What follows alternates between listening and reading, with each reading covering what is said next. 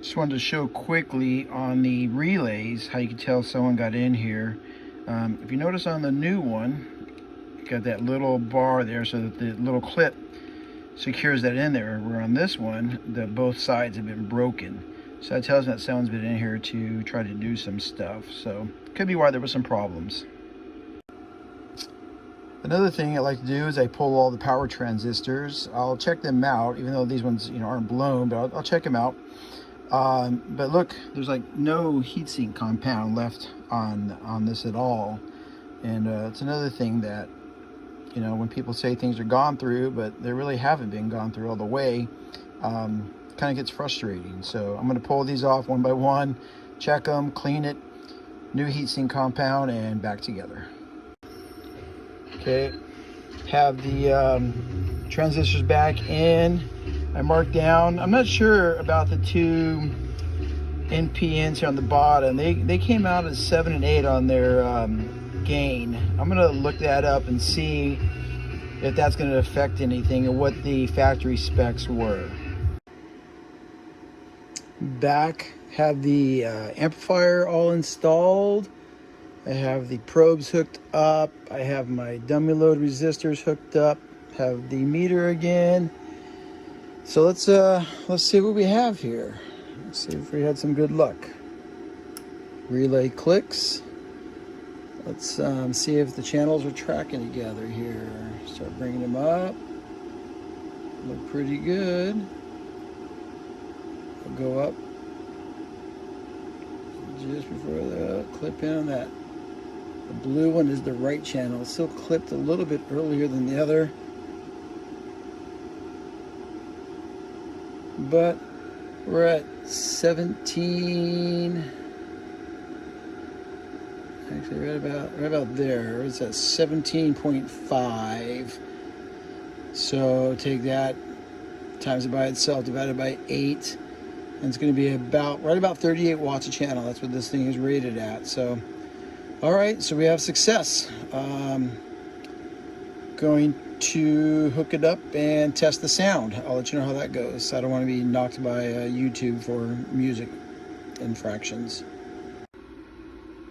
All right, before I go to something else, actually, I totally forgot to show you how to set the DC voltage on this.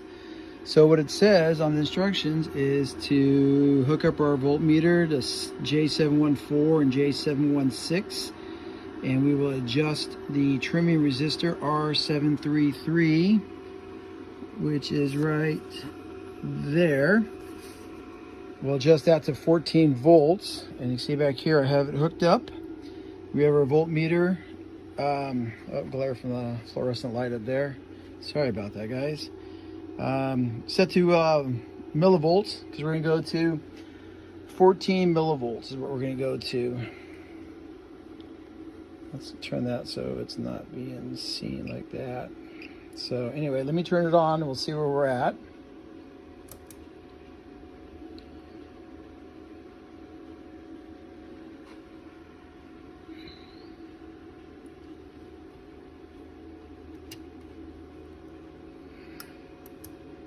Okay, we're sitting at about 9 something. I figured it might be a little bit out because we've changed some parts on there. So let's adjust that slowly up to 14 millivolts.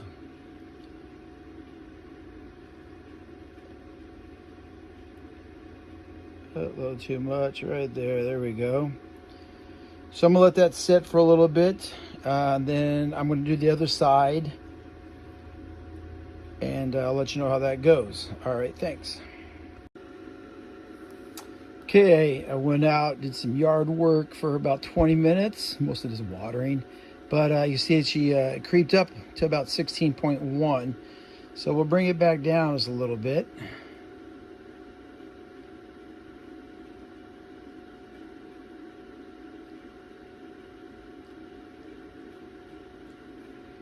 And I'm going to let it set again for another 10 minutes just to make sure it doesn't drift anymore.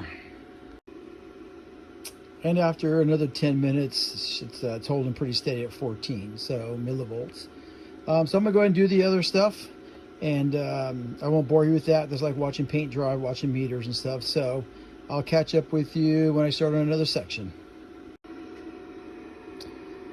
Okay, so I was just doing the last step after doing the two biasing is you adjust everything down to 0 on the go to pins 22 and 722 and 723, and you'll use 722 again and 724. You adjust those down to about 0. I'm getting close, but you see the hookups are right there. I barely touch it.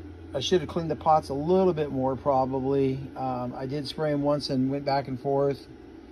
You can get some finer tuning pots if you really wanted to do it, but I mean 0.1 of a milliamp is not a whole lot, so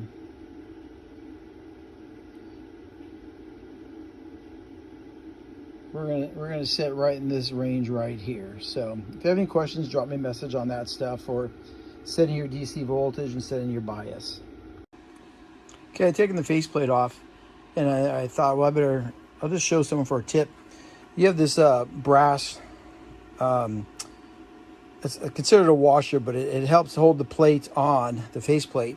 I always put tape around here so I can get a little pair of needle nose, and I just try to turn right where the tape is at so that I'll be able to get that off so I don't scratch up my thing. Also, I took all my handles off, but I use tape on the spoons, and you can use your spoons to gently rock back and forth to get your handles off and stuff like that. Applying pressure from two equal sides, and kind of go from there. So just a little tip for when you're taking those things off. Okay, here I have the tone control board out. What it was is once you get the faceplate off, and I should have took a video, but there's just some nuts, 3 nuts and washers. There's 1/2-inch drive that slide over and attach right here.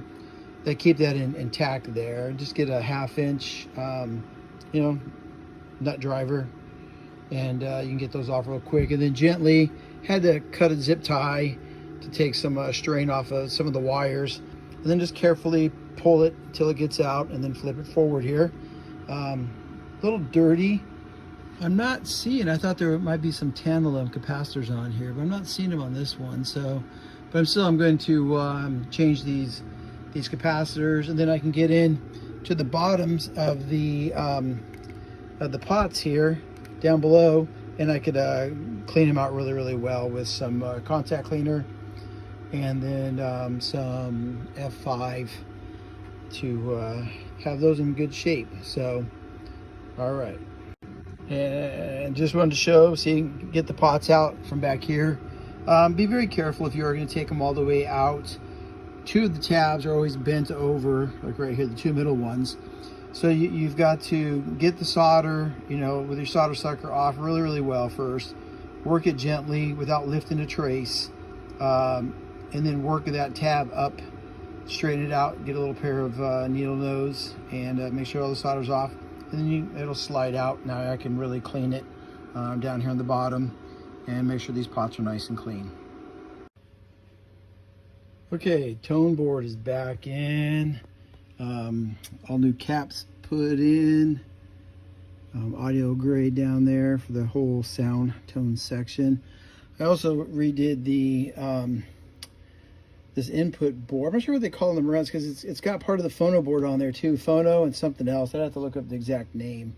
But I redid the caps on those while I was there, and touched up any solder joints, and cleaned the selector, that selection for aux phono, the selection input here. Cleaned that all, and then I tested it out with some music actually, and it sounded really good. So I'll do a video with some uncopyrighted music later on once I have it all back together.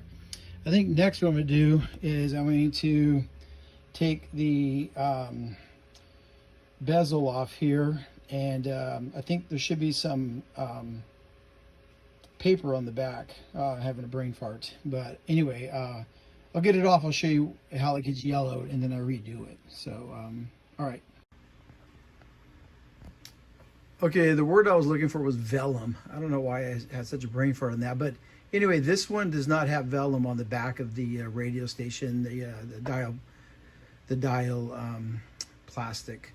So that would have been a waste of time to try to show you something. I've done it before. I don't know if I did a video. I might have some pictures that I might attach in here somewhere to show. But while I had it open, I went ahead and changed all the light bulbs. I stayed with the incandescent whites instead of going to LEDs. Gives it just that natural look that the Marantz has. So don't want it too bright. So yeah, I'll play around with it for a bit. If I decide to change it, it's pretty easy to change. I just didn't have any LEDs in right now to even experiment with. So anyway, I'm gonna button this up